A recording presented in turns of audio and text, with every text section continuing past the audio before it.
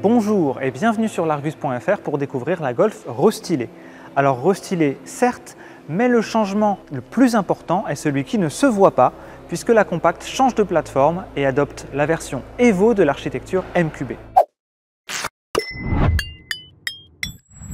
Commençons déjà par ce qui se voit et qui se concentre essentiellement sur la face avant de la voiture, avec des feux avant affinés, un bouclier redessiné, mais aussi, voire surtout, si l'on opte pour les projecteurs performance, ce bandeau lumineux agrémenté du logo rétro-éclairé de la marque, une première chez Volkswagen grâce à l'évolution de la réglementation européenne sur le sujet. En haut de gamme, des projecteurs matriciels IQ Light de nouvelle génération sont proposés avec de nouvelles fonctions telles qu'un éclairage en nappe lumineuse sur la voie. À l'arrière, les changements sont encore plus discrets et se concentrent également au niveau de l'éclairage avec un nouvel agencement des blocs optiques. De nouvelles jantes apparaissent également au catalogue, tels que ces modèles de 18 pouces presque pleins optimisés pour l'aérodynamique. Hormis ces détails, restylage oblige, la compacte allemande évolue peu vue de l'extérieur. Mais cette mise à jour était très attendue pour répondre à certaines critiques émises à l'encontre de la compacte lancée en 2019, notamment en ce qui concerne son interface utilisateur. Dans l'habitacle, c'est simple, la Golf fait sa révolution ou presque.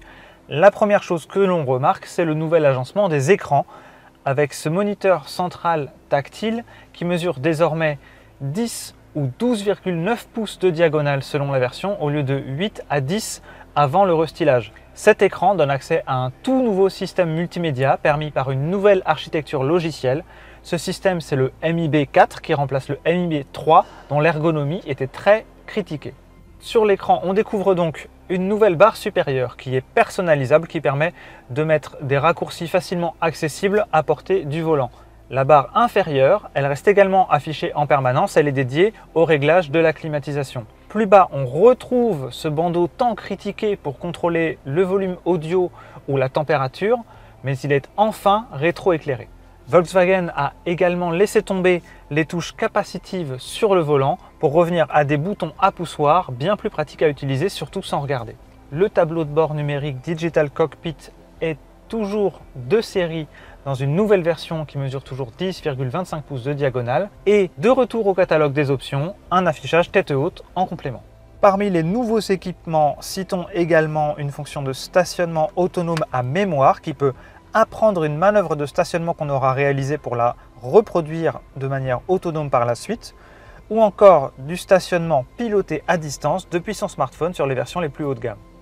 D'importants changements sont également à noter côté motorisation grâce à l'arrivée du nouveau moteur 4 cylindres 1,5 Litre TSI Evo 2 de Volkswagen, disponible dans plusieurs configurations. Deux versions 100% thermiques de ce moteur sont proposées avec 115 ou 150 chevaux au choix et une boîte manuelle à 6 rapports.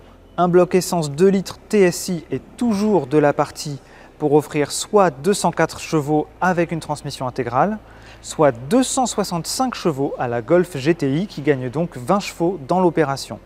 La GTI Club Sport est reconduite avec ses 300 chevaux.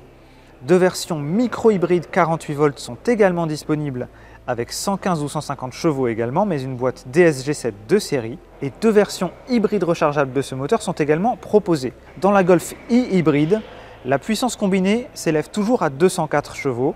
Dans la nouvelle Golf GTE, en revanche, la puissance totale passe de 245 à 272 chevaux. En configuration hybride rechargeable, la Golf est équipée d'un moteur électrique de 115 chevaux en complément du thermique et d'une batterie dont la capacité passe de 10,6 à 19,7 kWh, de quoi doubler son autonomie en mode électrique pour atteindre environ 100 km selon Volkswagen. On retrouve du diesel au catalogue de la Golf avec deux moteurs 2 litres TDI de 115 et 150 chevaux, couplé à une boîte manuelle ou DSG selon les marchés. On note que le break SW n'a toujours droit à aucune motorisation hybride rechargeable. Forte d'une gamme toujours aussi variée, des Sage essence ou diesel à cette turbulente GTI en passant par les hybrides rechargeables, la Golf restylée sera commercialisée au mois de juillet 2024. On en reparle d'ici là sur l'Argus.fr, sur les réseaux sociaux et sur notre chaîne YouTube. À bientôt!